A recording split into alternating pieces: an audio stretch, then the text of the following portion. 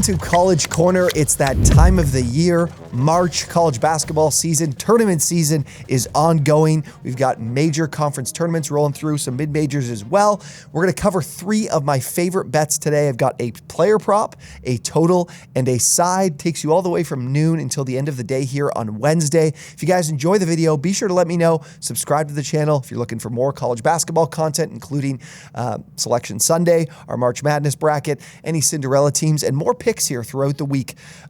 So be sure to subscribe, be sure to be locked in. Let's get to some of my favorite plays today. We'll start at noon with a player prop. It is Davian Williamson over 11.5 points against Syracuse today. He's on Wake Forest. The total in this game set at a very healthy 153.5. This is a big number here for these two teams.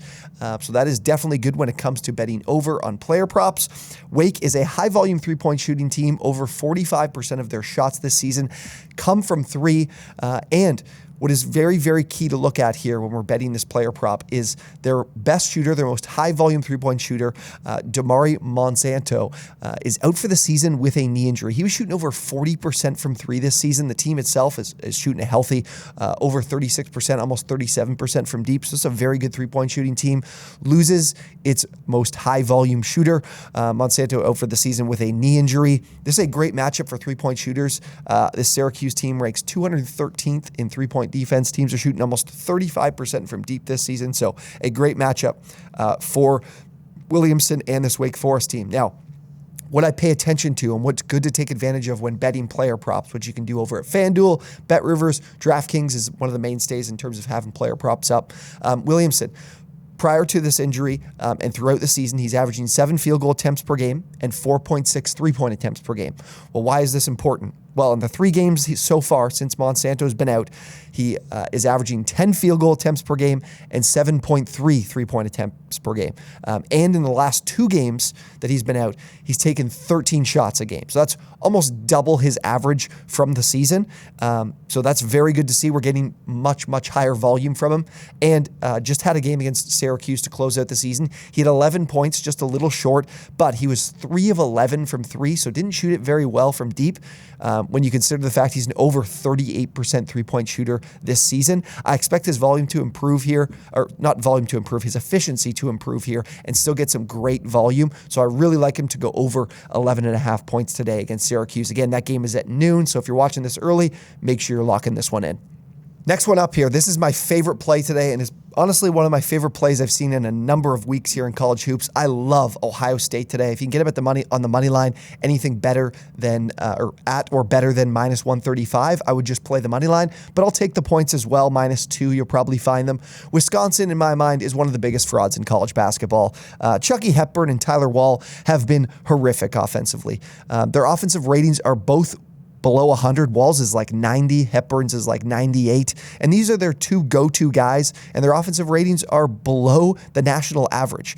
I can't trust this Wisconsin team, and this is an excellent matchup for Ohio State. Wisconsin wants to shoot some threes and score from deep, especially with Hepburn. Over 40% of their shots are from 3, and Ohio State is 96 in the country in three-point defense, so a very good three-point defense. And then as well, Wisconsin struggles to defend inside. They're 226th in two-point defense. Teams can kind of score at will when attacking the rim. That's what Ohio State wants to do. They're 27th in the country in percentage of points from 2. I expect Bryce Sensabaugh to have plenty of success in this game against this Wisconsin defense. And Wisconsin offensively has been one of the least efficient teams in the country from 2. So if Ohio State's doing what they've done all season to defend from 2 really well, Wisconsin's shooting like less than 46% from 2 this season, which is 328th in the country. So I don't like what they're doing offensively. They haven't been very efficient. I don't think this is a team with Chucky Hepburn having the ball that can close out games late. And they're not getting many second chance opportunities. They're one of the worst teams in the country in offensive rebounding, 342nd in offensive rebounding. So I love the matchup for Ohio State. They can score from 2, which they've liked to do all season, and they should be able to defend the 3 well, which is what Wisconsin's been wanting to do offensively themselves. So give me Ohio State. Take them -2. Take them on the money line either way, but this is my favorite play of the day. Last one up is the under. Yes, an under we're going to on the total. LSU and Georgia, 141.5 this total is set at. I really like this under. These two teams are the bottom feeders of the SEC. Their previous matchup not too long ago, mid-February, had 128 points, went well below this total. Both teams shot a little bit below their season average from three. LSU kind of shot 38% from the field, so they weren't very good. But, I mean, these are two teams that are outside the top 300 in effective field goal percentage this season, so it's not like they were way off from what they usually do this season. I could see a repeat performance here. We got a conference tournament. There's the possibility of this game starting out a little slow. These two teams, LSU's 222nd in pace this season. Georgia's 153rd, so not very fast. Two inefficient offenses. They both want to drive to the rim, force teams into fouling, and get to the free throw line. But both defenses are top 120 in opponent free throw rate this season, so they can do a good job keeping teams off the line, which will be excellent here in limiting those possessions to be limiting efficient possessions, that is. If you can save those possessions by getting to the free throw line when the clock's running out, that'll hurt this under, but these defenses do a good job of limiting that. And both these offenses have turnover issues. They're outside the top 240 in turnover rate this season, so you could see some possessions where scores are completely lost because they're turning the ball over far too much. And both of these teams like to shoot the three, but the defenses are actually pretty good defending it as well. And offensively from three, these teams aren't very efficient shooting it either. Georgia especially has been pretty poor. Under 32% this season they're shooting from three. Difference here will be limiting second chance opportunities. Both these teams rebounding-wise haven't been fantastic, so we got to keep them away from those second chance points on the offensive glass. But I really like this under 141.5. I think it's too high with two teams that aren't very fast, aren't very efficient, and the defenses match up well with what the offenses want to do to limit those efficient possessions. So give me the under in LSU and Georgia.